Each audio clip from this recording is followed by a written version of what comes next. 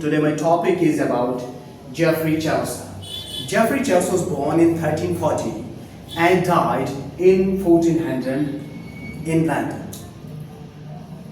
Geoffrey Chaucer, in his youth, he entered the household of Elizabeth Burke.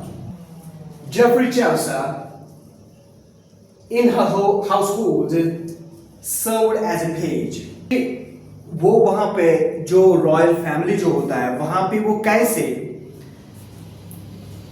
सीखे कि royal family के manners, उनके आदाब, उनके तरीके, उनकी जो स्टाइल है, उनके रहने का, उनका तरीका, वहाँ का बैठना, वहाँ का उठना, क्योंकि उस चीज़ से क्या होता है, उनको ये फायदा हो कि कल वो उसका करियर जो है वो रॉयल फैमिली या रॉयल सर्विस में उनका एक बड़ी जिम्मेदारी उनको दी जाए। और उसके बाद ऐसा ही होता है कि जब उनकी जो मैनर्स जो उन्होंने सीखे एक रॉयल फैमिली में, उसकी वजह से वो सीधे कनेक्ट हो गए रॉयल सर्विस के साथ Edward third, Richard second and Henry fourth. तो इसका ये पढ़ाने का मतलब ये है कि जो इनकी बायोग्राफी है, इनका जो लाइफ करियर रहा है, उस सब में उनकी बचपन से का जो जिंदगी उन्होंने गुजारी बचपन से लेके, उसका एक बड़ा रोल रहा है। उन्होंने डिप्लोमेटिक मिशंस में भी फिर हिस्सा ले लिया, तो उसके लिए वो अब्रॉड चले। अब्रॉड फ्रांस, इटली, स्पेन का दौरा उन्होंने किया, जहां पर उनको बहुत ही बड़े राइटर से मुलाकात हुई, सामना हुआ। उनमें एक है डांटे, पेट्रॉक एंड बोकाचियो। तो इनके साथ उनका तारुफ हुआ, उनके साथ इनका सामना हुआ। तो उनके साथ मिलकर वो इतने मुतासिर हुए कि जिसकी वजह से उसकी जो राइटिंग करियर है, उनकी जो लिटरेरी करियर है, उस पर फिर एक पॉजिटिव असर पड़ा। क्योंकि उन्होंने जो यहाँ पे दौरा किया, फ्रांस में किया, इटली में किया और स्पेन में किया, वहाँ से आने के बाद उन्होंने जो राइटिंग्स लिखी है वो कुछ राइटिंग्स की कॉपी है, उनकी मुबद्दल है, उनके बराबर में लिखे हैं और वो अंग्रेजी में लिखे हुए हैं, इंग्लिश में लिखे हुए हैं। तो उनकी जो बहुत अजीम पोजीशंस, जो उनकी बड़ी पोजीशंस जो उन्होंने हासिल की, उनमें वो है कि वो एक सोल्जर भी रहे, डिप्लोमेट भी रहे और खोजिया भी रहे, और कस्टम्स ऑफिसर के हिस्से से भी उन्होंने काम किया at the port of London and as a member of parliament. तो इनका एक पॉलिटिकल करियर भी रहा है, फौज में भी इनका हिस्सा रहा। तो इनकी लाइफ अगर देखिए वो बहुत ही डायमेंशनल, बहुत ही डायनेमिक रही है। एक पॉइंट इनका जो एक पॉइंट इनका एक करियर रहने के साथ साथ इनका इतना इसमें ये करियर जो डायनेमिक्स है वो इसमें बहुत सारी जगहों पे उन्होंने अपना रोल निभाया है। तो जो बड़े मेजर वर्क्स जो जेफरी चाउसर ने लिखे हैं, जेफरी चाउसर के जो बड़े बड़े काम जो उन्होंने लिखे हैं, उनमें से ये है the book of the duchess, जो इन्हें 1369 में लिखा।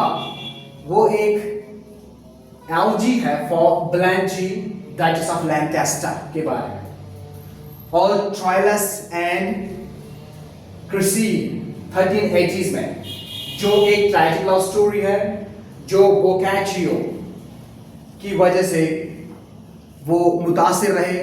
तो उन्हीं की राइटिंग से, जो उनसे मुलाकात है, उनके राइटिंग से ट्रांसलेट करके या थोड़ा सा उसमें डिफरेंट सेटिंग के हिसाब से अपनी लैंग्वेज में लिखकर उन्होंने ये बुक अंजाम दी, या एक राइटिंग जो अंजाम दी, वो है ट्रायलस एंड क्रिसीड, जो 1380s में लिखा। फिर उन्होंने उसके बाद house of fame and parliament of fools लिखा, जो एक ड्रीम विजन पोएम्स है। और फाइनली चौथी जो उनकी मेजर वर्क है उसमें द कैंटरबरी टेल्स आता है।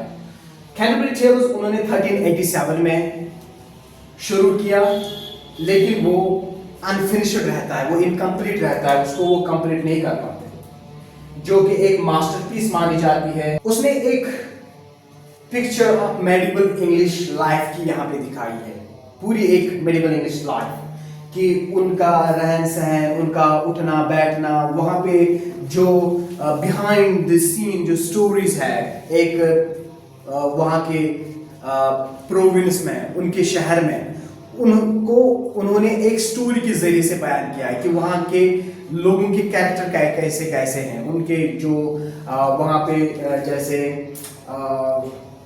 मॉन्क है, जैसे वाइफ ऑफ बैथ है, प्रियोरेस है, मर्चेंट है, तो इन सब की वहाँ पे वो कैरेक्टर की निशानदेही करता है कि कैसे कैसे कैरेक्टर उनके रहे हैं। तो उन्होंने लैंग्वेज में जो इंग्लिश लैंग्वेज का जो हिस्सा उन्होंने रहा, जो हमारा इस इंस्टीट्यूट का एक बड़ा हिस्सा है, इंग्लिश लैंग्वेज सिखाना, स्पीकिंग कोर्स कराना, तो इसका एक बड़ा रोल है यहाँ पे कि उन्होंने मिडिल इंग्लिश में अपनी राइटिंग को पेश किया, तो जिसकी वजह से उन्होंने लेजिटिमाइज किया इंग्लिश को एज ए लिटरेरी लैंग्वेज।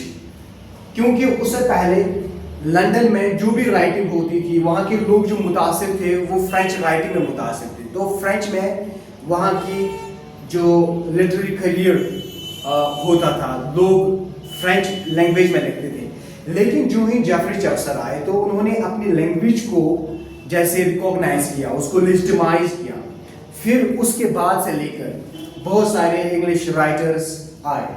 तो इसी वजह से ये भी एक बात है कि उसको ये कहा गया है कि वो फादर ऑफ इंग्लिश पोइट्री है, क्योंकि उन्होंने पहले इंग्लिश लैंग्वेज में अपनी पोइट्री, अपनी पोएम्स स्टार्ट किए, लिखना शुरू किए थे। और उन्होंने इंग्लिश वोकैबुलरी जो उन्होंने बारो किए और अडॉप्ट किए फ्रेंच लैंग्वेज से, उसकी वजह से उसने इंग्लिश को बहुत ही एनरिच किया। उसमें बहुत सारे वर्ड्स उन्होंने अडॉप्ट किए, उसमें थोड़ी सी change, pronunciation, we can say at times in spelling extra और somehow in other manner other ways he took those words and made a simple or we can say some ordinary changes so that those words would seem fully English. Or sometimes there are some technical words like you can see parliament जो एक French word है, इसी तरह से judiciary, ये word जो है judiciary के रिगार्डिंग, ये जो वर्ड्स हैं ये फ्रेंच से आए, तो इनको भी उसने अपने इस राइटिंग में अडॉप्ट किया। तो इन्होंने इसकी वजह से इंग्लिश लैंग्वेज को, इंग्लिश वोकैबुलरी को रिच किया। तो फाइनली उनकी डेथ 1400 लंदन में होती, जिसके बाद उनको वेस्टमिनिस्टर एबी में दफनाया जाता है। और आज वो वेस्टमिनिस्टर एबी को पोएटिस खान माना जाता है। अब मुझे ये चीज़, ये हमने जो लाइफ हमने पढ़ा जेफरी चेवरस के बारे में, इससे क्या लेना देना है उसकी लिटरेरी कैरेक्टर में, वो ये है कि उनकी जो उन्होंने अपनी लाइफ गुजारी है पूरी, तो उस पूरी लाइफ में जो भी उन्होंने अपनी ज़िंदगी में सीखा, जो उन्होंने अपनी लाइफ में किया, वो सब कुछ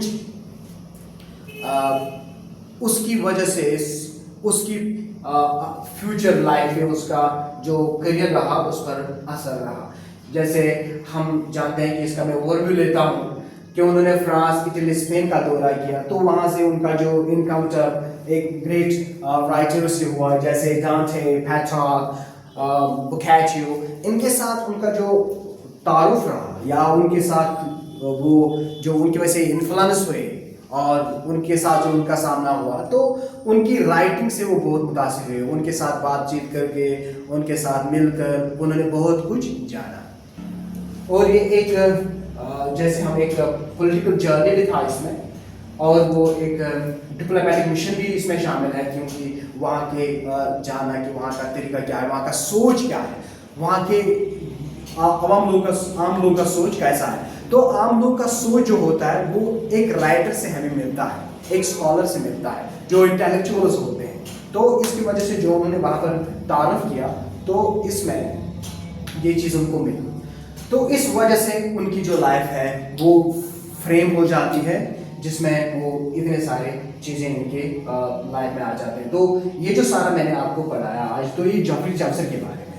तो हमारा जो अगला टॉपिक होगा वो द कैंटरबरी टेल्स के बारे में होगा। तो this is enough for today, let me see you tomorrow for the next topic इंशाल्लाह।